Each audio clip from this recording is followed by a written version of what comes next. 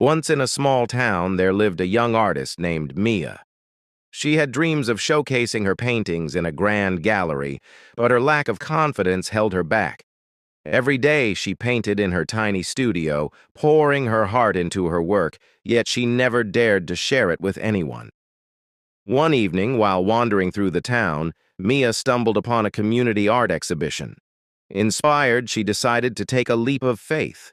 With trembling hands, she submitted her favorite piece, a vibrant landscape that reflected her dreams. The day of the exhibition arrived, and Mia stood nervously by her painting. To her surprise, visitors were drawn to it, captivated by the emotions it evoked. A local art critic approached her, praising her talent and offering to feature her work in a larger exhibition. Mia realized that taking that first step had changed everything. Her confidence grew as she continued to create and share her art. Eventually, she held her own exhibition, filled with people who admired her journey. Through her story, Mia learned that the only limits are the ones we impose on ourselves. By believing in her talent and taking risks, she transformed her dreams into reality, inspiring others to do the same. How to be happy. Once upon a time, in a small village, there lived a young woman named Clara. Despite her beautiful surroundings, she often felt unhappy.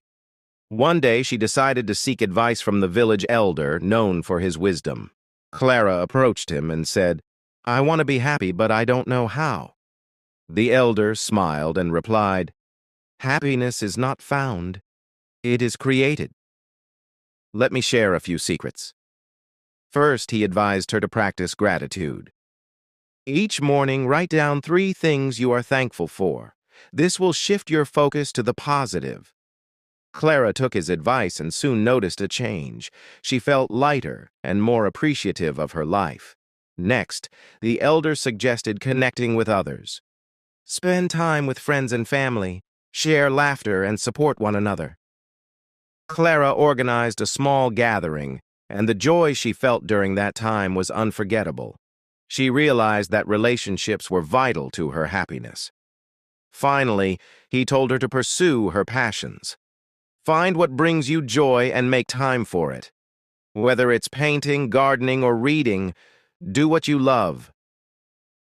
Clara began painting again, a hobby she had neglected. With each brushstroke, her happiness grew.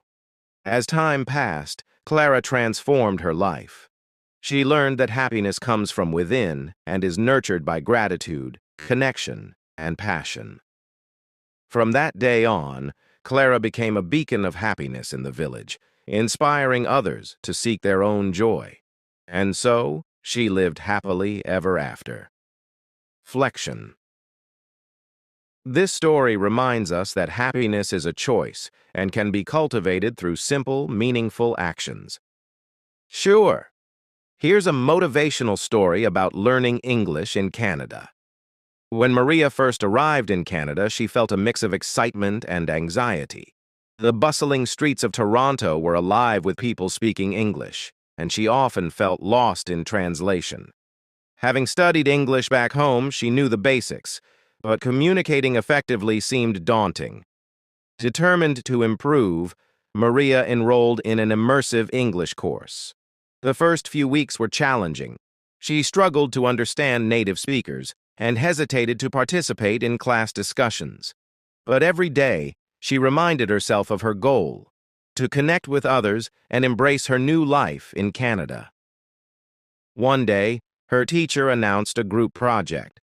Maria was nervous, but she partnered with 2 classmates. They spent hours working together, and she realized how much she could learn from their conversations. They encouraged her to share her thoughts, and gradually, she found her voice. Outside the classroom, Maria sought out opportunities to practice. She joined a local book club, where she read and discussed novels in English. At first, she felt intimidated by the vocabulary, but with every meeting, her confidence grew. The supportive environment allowed her to express her opinions and ask questions without fear of making mistakes. One afternoon, she volunteered at a community event. As she greeted visitors and engaged in conversations, Maria felt a sense of belonging. She was no longer just a learner, she was part of a community. The smiles and friendly exchanges fueled her motivation even further. Months passed, and Maria's English skills improved significantly. One day, while chatting with a friend at a cafe, she realized she had effortlessly switched to English without even thinking about it. That moment was a turning point. She felt empowered and proud of her progress. Looking back, Maria understood that her journey was not just about learning a language. It was about overcoming fears, making connections, and embracing new experiences. Canada had not only taught her English, but it had also shown her the value of persistence and the joy of community.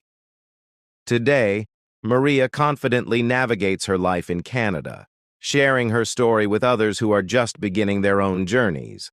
She often reminds them, every step counts. Embrace the challenges and you will find your voice. I hope this story inspires you on your language learning journey. Sure, here's a story about learning English with tips included. Title: My Journey to Learning English. When I first arrived in Canada, I was determined to learn English quickly. I knew that immersing myself in the language was the best way to achieve this. Tip 1. Join intensive classes.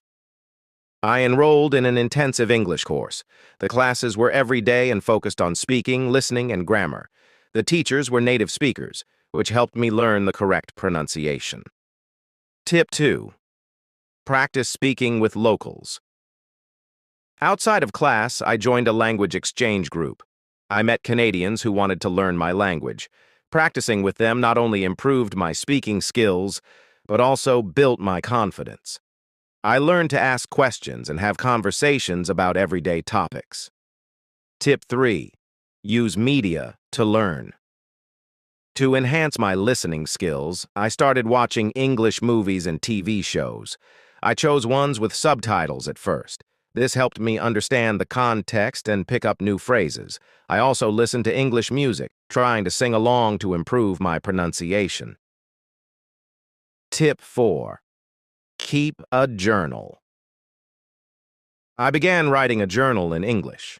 At first, my sentences were simple, but I gradually started using more complex structures. Writing helped me organize my thoughts and learn new vocabulary. Tip 5. Don't be afraid to make mistakes. I realized that making mistakes was part of learning. Whenever someone corrected me, I saw it as an opportunity to improve. I became more comfortable speaking without fear of errors. As the months passed, I noticed significant progress. I could have conversations easily and even made friends who supported my learning journey. Looking back, I realized that the key to my success was staying motivated and embracing every opportunity to practice. By the time I returned home, I was proud of how far I had come. I had not only learned English, but also gained valuable experiences and friendships. A young man's journey to learning English in the United States. Once upon a time, there was a young man named Carlos who moved from Mexico to the United States with a dream to master the English language. He arrived in Los Angeles, excited but also nervous about the challenges ahead. At first, Carlos struggled. He could understand a few words but found it hard to speak. To improve, he enrolled in an English language school. His teachers were kind and encouraged him to practice every day. In class, he made friends from various countries, and together they formed a study group. They would often practice speaking during lunch breaks, sharing stories about their cultures. Eager to immerse himself in the language, Carlos decided to explore the city. He visited local cafes and parks, where he practiced ordering food and asking for directions. One day, he struck up a conversation with a barista at a coffee shop. Although he stumbled over his words, the barista was patient and helped him with pronunciation. That small interaction gave Carlos a boost of confidence. To further enhance his learning, Carlos started watching English movies and TV shows with subtitles.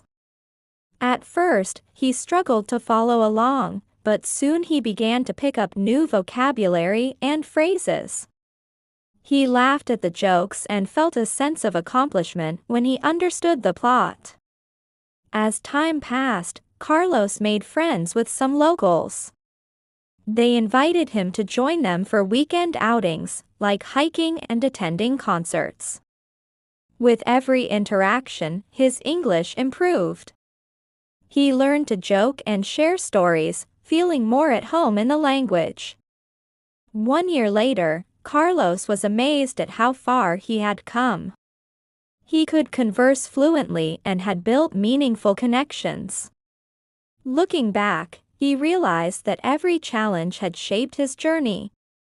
Learning English in the United States was not just about the language, it was about embracing new experiences and building friendships.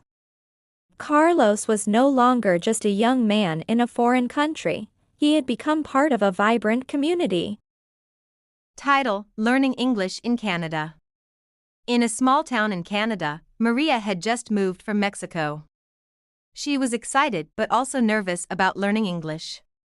Determined to improve her language skills, she enrolled in a local language school. On her first day, Maria met her classmates from different countries. They shared stories and practiced speaking together, creating a supportive environment. Her teacher, Mr. Johnson, encouraged everyone to participate in conversations, helping Maria gain confidence. Every Saturday, the school organized language exchange events where students could practice English with native speakers. Maria met a friendly Canadian named Liam, who loved to explore. They went on weekend hikes, during which Maria practiced her English while enjoying the beautiful nature. Maria also immersed herself in Canadian culture. She watched movies, listened to music, and read books in English. She even joined a local book club, where discussions helped her expand her vocabulary. Over time, Maria noticed her skills improving. She felt more comfortable speaking and understood more during conversations. Her newfound confidence allowed her to make friends and connect with her community. By the end of the year, Maria had not only learned English but also found a second home in Canada. She realized that with determination and the support of others, she could overcome any challenge. Emma had always been drawn to stories, the whispered tales of her grandmother, the bold headlines that sparked her curiosity, and the vibrant narratives of everyday life. Growing up in a small town, she dreamed of becoming a journalist, capturing the world's truths one article at a time. After graduating college, she landed an internship at a local newspaper. Excitement surged through her as she clutched her press badge for the first time. Her mentor, an experienced journalist named Mr. Harper, warned her, "The best stories often hide in plain sight. You just have to look closely." One afternoon, while covering a town meeting, Emma noticed a woman sitting alone, scribbling in a notebook. Intrigued, she approached her during the break. The woman, Mrs. Lacey, shared her story, a fight to save the town's only library from closure due to budget cuts. Emma's heart raced. This was the story she had been searching for. She spent the next few weeks gathering interviews, piecing together the community's love for the library and the memories tied to its shelves. Her passion ignited further as she learned about the library's role in nurturing young minds and bringing people together. When her article was published, the town rallied in support. Petitions circulated, and town meetings filled with concerned citizens. Emma watched as her words sparked change, and for the first time, she felt the power of journalism in her hands. Her piece was featured on the front page, and she stood in awe as her story unfolded into a movement. Mrs. Lacey thanked her, tears in her eyes, saying, "You gave us a voice." In that moment, Emma knew she had found her purpose. She wasn't just a journalist, she was a storyteller, a catalyst for change. And as the sun set over her small town, she realized that her journey had just begun.